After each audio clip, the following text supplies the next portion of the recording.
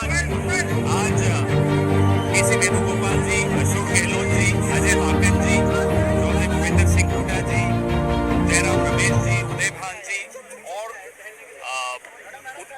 सिंघवी साहब भी थे, वो ऑनलाइन जुड़े।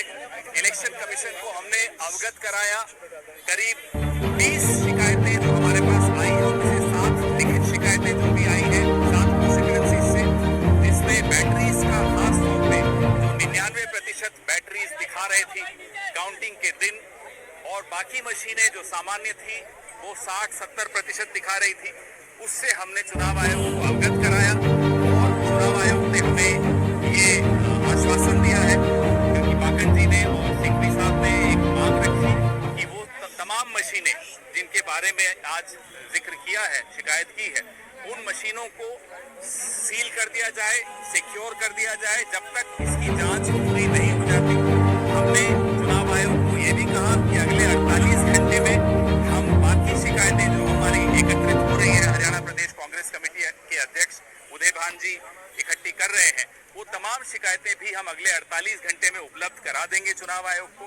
और उसके बाद वो सारी मशीनें सिक्योर कर दी जानी चाहिए ताकि उससे कोई छेड़छाड़ी न हो सके जब तक जांच पूरी नहीं हो जाती। चुनाव आयोग ने हमें आश्वासन दिया है कि वो इस पूरे मामले को देखेंगे और उसका जवाब हमें लिखित में हर बिंदु का, हर कॉन्स्टिट्यूएंसी का अपने रिटर्निंग ऑफिसर से सलाह करके हमें वो जवाब देंगे।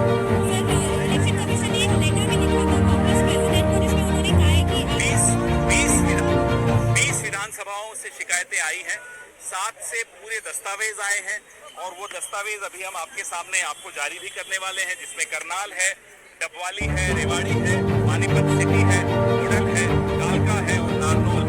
ये तो लिखित दस्तावेजों के साथ जो हमने दिए दस्तावेज हैं, ठीक-ठाक हम वहाँ दे चुके हैं, लेकिन अभी 13 और हैं जो शिकायतें आ रही हैं और वो भी हम अगले 48 घंटे में दे देंगे। इससे पहले छत्तीसगढ़ का भी पूरा मसला जो राजनांदगांव है, अलग कॉन्स्टिट्यूएंसी है, इसी तरह की कंप्लेंट्स थी, उसका भी हमने इलेक्शन से स्मरण कराया। नमस्कार दोस्तों, हमारे चैनल जनता के हक में आप सभी लोगों का स्वागत करता हूं। दोस्तों आपको बता दें, जैसे ही हरियाणा का चुनाव संपन्न हुआ, लेकिन सीधा मुद्दा ईवीएम पर आ गया। हरियाणा चुनाव में जो नतीजे सामने आए, हर किसी को मुश्किल लग रहा है कि ऐसा क्यों हो सकता है। और इस नतीजों को देखते हुए तो कांग्रेस ने यहां तक भी कह दिया कि हम इस नतीजे को स्वीकार नहीं कर सकते।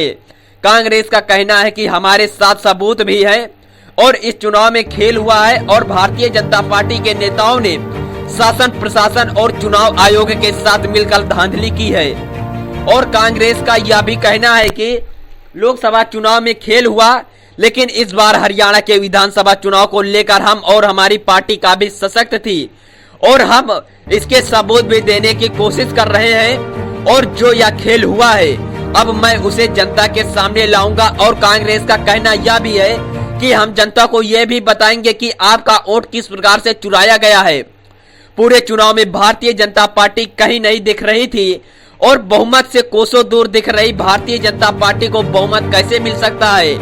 भारतीय जनता पार्टी के नेताओं को तो गांव में लोग हिलने भी नहीं देते थे और भारतीय जनता पार्टी उन सीटों पर भी चुनाव जीत गई जिन पर भारतीय जनता पार्टी के बड़े बड़े दिग्गज नेताओं, जो दोस्तों दिग्गज नेता ने, भारतीय जनता पार्टी के कट्टर नेताओं ने विश्वास तोड़ दिया था।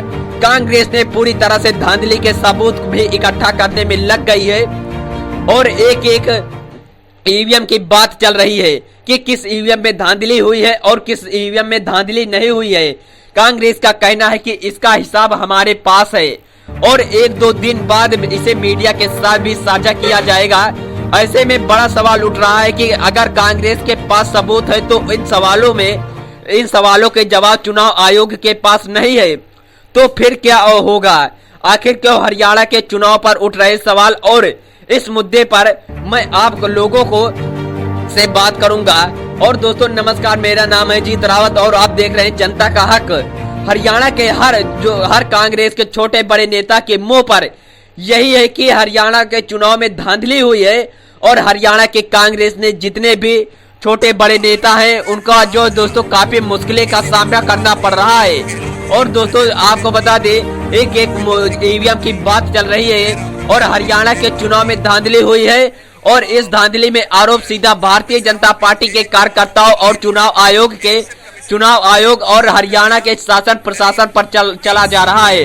क्योंकि दोस्तों कांग्रेस का साफ कहना है कि इस हरियाणा के लोकसभा चुनाव में जिस प्रकार से धांधली हुई उसमें तो नहीं, लेकिन हरियाणा के विधानसभा चुनाव को लेकर हम और हमारी पार्टी काफी सशक्त थी और मैं इस बार सबूत इकट्ठा कर लिया हूं। दोस्तों जैसा कि आप सबने देखा कि पवन खेड़ा ने क्या कुछ कहा।